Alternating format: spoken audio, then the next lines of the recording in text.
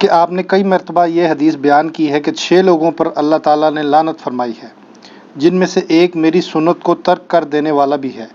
چنانچہ اس دن میں جو لوگ فرض نماز سے جڑی ہوئی 12 سنت موقدہ چھوڑ دیتے ہیں، کیا وہ لوگ لعنت کے مستحق نہیں قرار پائیں گے؟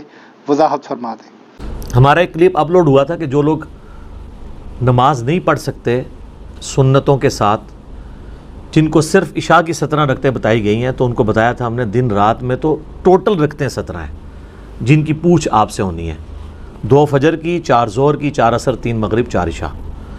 وطر اور سنت موقدہ یہ سب سنت عبادات ہیں، بلکہ نفلی عبادات ہیں۔